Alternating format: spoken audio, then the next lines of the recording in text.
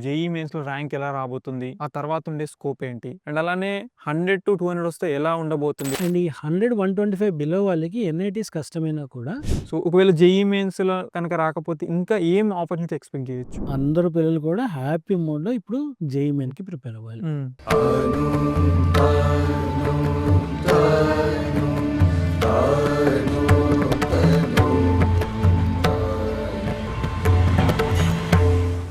అందరికీ నమస్కారం. Welcome to SBR talks. Mostly ఒక 10-20 డేస్‌లో ఆల్రెడీ అందరూ పిల్లలు, ముఖ్యంగా సెకండ్ ఇయర్ పిల్లలైతే జేఈఈ మెయిన్స్ ప్రిపరేషన్‌లో చివరి దశకొచ్చేసారు. ఫస్ట్ స్టేజ్ అటెంప్ట్‌కి రెడీ అయిపోతున్నారు.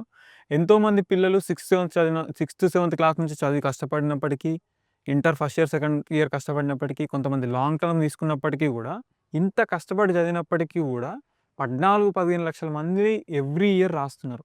వీటిలో సక్సెస్ రేషియో చూస్తే కూడా ఐఐటీస్ కానీ, ఎన్ఐటీస్ కానీ, జీఎఫ్టీస్‌లో కానీ జస్ట్ 2-3% ఆర్ మాక్సిమం 4-5% ఉంది. మరి మిగతా వాళ్ళకి సీట్ రాలేదు అంటే దాని అర్థం చదవనట్టు కాదు, లేకపోతే టాలెంట్ లేనట్టు కాదు. సో, ఈ ర్యాంక్ అనాలిసిస్, ఈ మార్క్స్ అనాలిసిస్ కూడా పాస్ట్ గ్రాండ్ టెస్ట్‌లో చూస్తే కూడా కొంతమందికి 200 అబోవ్ వస్తుంటాయి. కొంతమందికి 100-200 మధ్యలో వస్తుంటాయి. ఇంకా కొంతమంది పిల్లలకి 100 బిలో వస్తుంటాయి.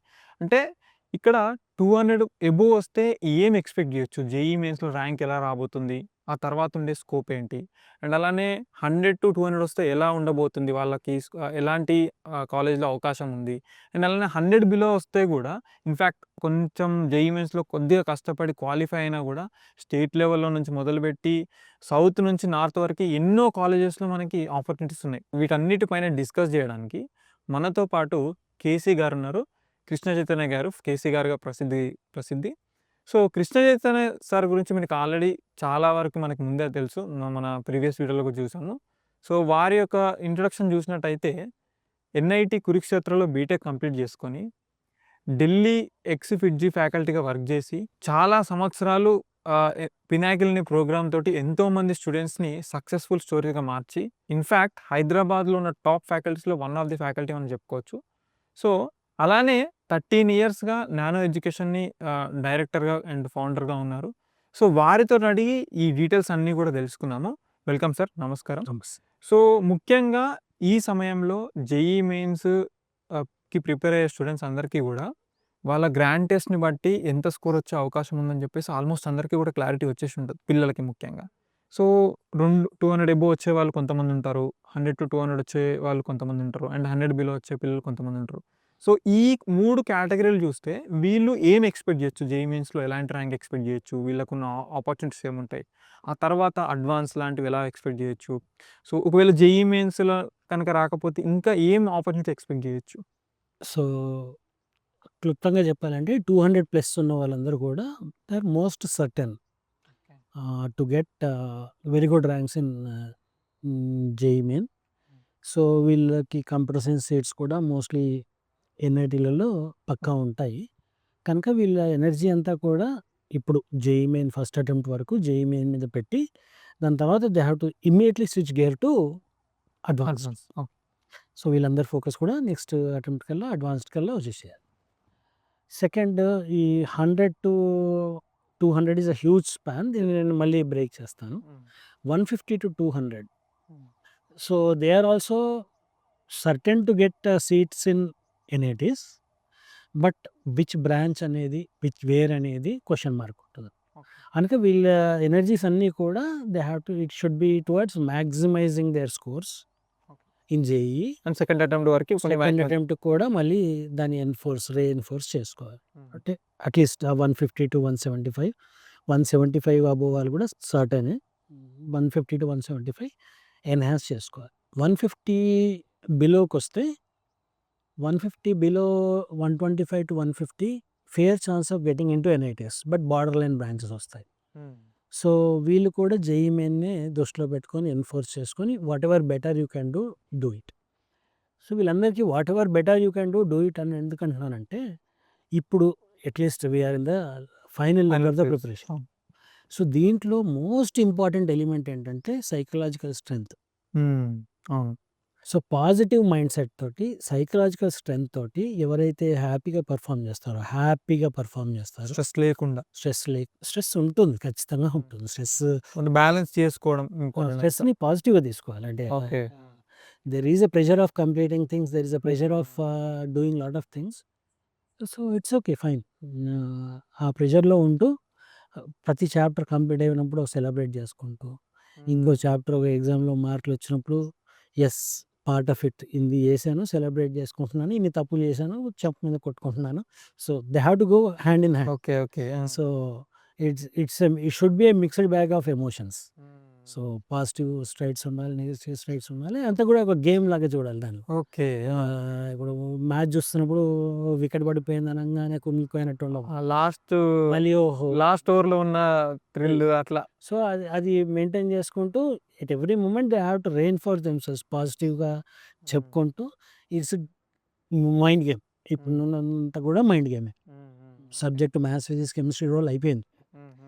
That time is gone. ఇప్పుడంతా కూడా ఉన్నది రివైజ్ చేసుకుంటూ, కాన్ఫిడెన్స్ బిల్డ్ చేసుకుంటూ, స్ట్రాటజైజ్‌గా చేసుకోవడానికే టైం ఇది. ఒక క్లారిటీ మనకు కనుక ఉంటే ఈ మార్క్ రేంజ్‌లో ఉన్నాను. So, these are my chances. ఇంకా బెటర్ చేసుకుందాం.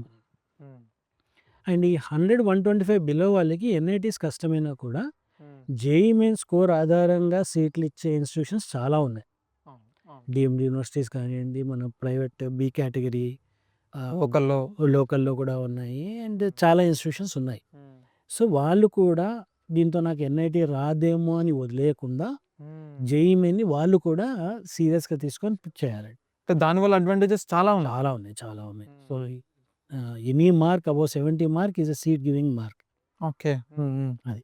కనుక అందరూ పిల్లలు కూడా హ్యాపీ మోడ్‌లో ఇప్పుడు జేఈఈ మెయిన్‌కి ప్రిపేర్ అవ్వాలి. ఓకే. అండ్ బిలో 100 వచ్చేవాళ్ళు ఉంటారు. 70 marks above any mark is a seat getting mark. Okay. So, below 100 కాదు. 60 మార్క్స్ వచ్చిన వాళ్ళు 70 తెచ్చినా కూడా ఏదో కాలేజీలో సీట్ వచ్చేస్తుంది. ఓకే. సో, హ్యాపీగా ప్రిపేర్ అవ్వాలి. అందరు పిల్లలు సీరియస్‌గా జేఈఈ మెయిన్స్. జేఈఈ మెయిన్స్‌తో పోలిస్తే కొద్దిగా బిట్‌సెట్ ఈజీగా ఉంటుంది. అంటే టైమ్ మేనేజ్మెంట్ ఇవన్నీ ఉన్నప్పటికీ కూడా question wise, depth asking wise కొంచెం ఈజీగా ఉంటుంది అని అంటుంటాం. వేరాజ్ ఎఫ్సెట్ కంటే కొంచెం టఫ్ ఉంటుంది అంటాం. మరి ఈ బిట్‌సెట్‌ని ఎక్కువ కాన్సంట్రేషన్ ఏ సెగ్మెంట్ వాళ్ళు దాని వైపు ఇంక్లైన్ అవ్వాలి?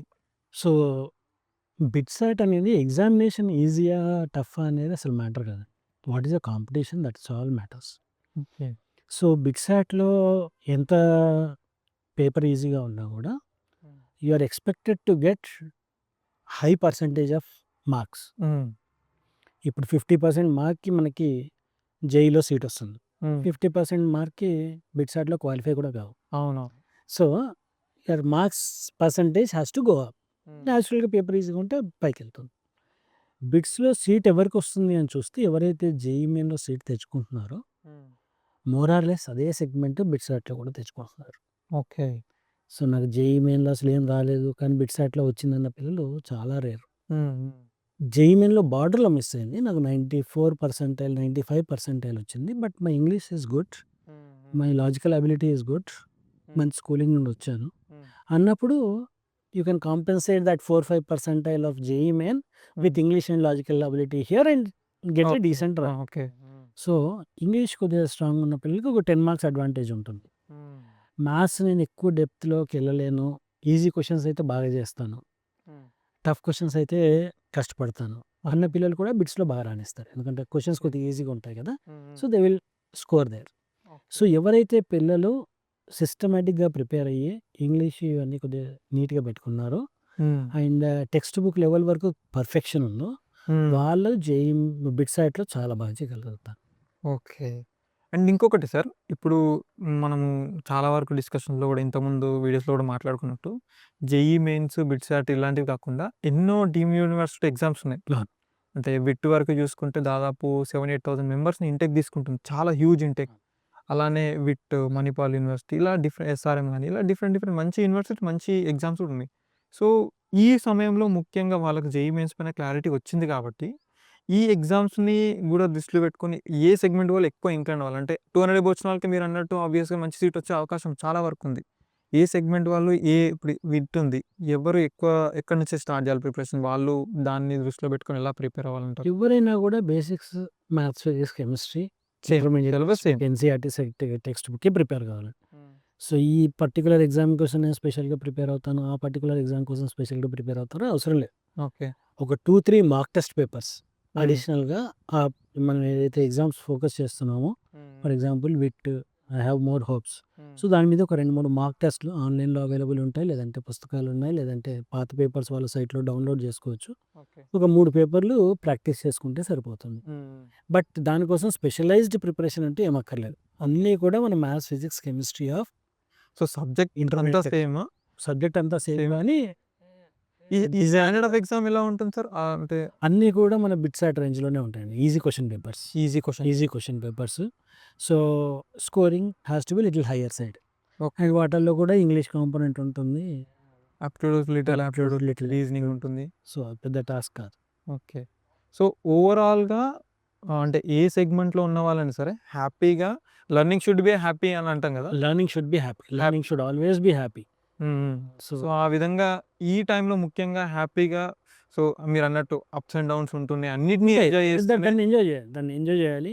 ఛాలెంజెస్‌ని ఎంజాయ్ చేయాలి. ఎంజాయ్ చేస్తూ హ్యాపీగా అది ఈ సమయంలో గనుక ఫినిష్ చేస్తే తప్పకుండా ఎక్కడో ఒక దగ్గర వాళ్ళకి తగిన సీట్ వచ్చే అవకాశం ఉంటుంది. హ్యాపీగా సీట్ వస్తుంది. యాహ్!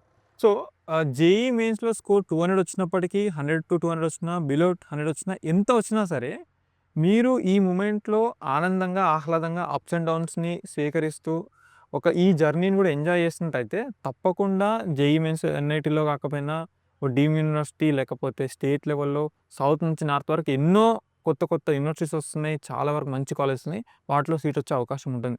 ఇన్‌ఫాక్ట్ సార్ చెప్పినట్టు ఈ జర్నీ కూడా అంటే ఇంతకుముందు డిస్కషన్‌లో కూడా చాలా వరకు చెప్పుకున్నాం మనము. ఎగ్జామ్ అనేది is a part of life. ఇదే ఒక లైఫ్ లాగా కాదు. సో, దీన్ని కూడా ఎంజాయ్ చేస్తూ ప్రిపేర్ అవ్వడం అనేది important. So, thank you sir. Thanks for the insights. Thank you. And ఇలాంటి మరిన్ని అప్డేట్స్ కోసం ఎస్బీఆర్ టాక్స్‌ని సబ్స్క్రైబ్ చేసుకోండి. ఈ ఇన్ఫర్మేషన్ కనుక మీకు నచ్చినట్టయితే తప్పకుండా లైక్ చేయండి, షేర్ చేయండి. And thanks for watching.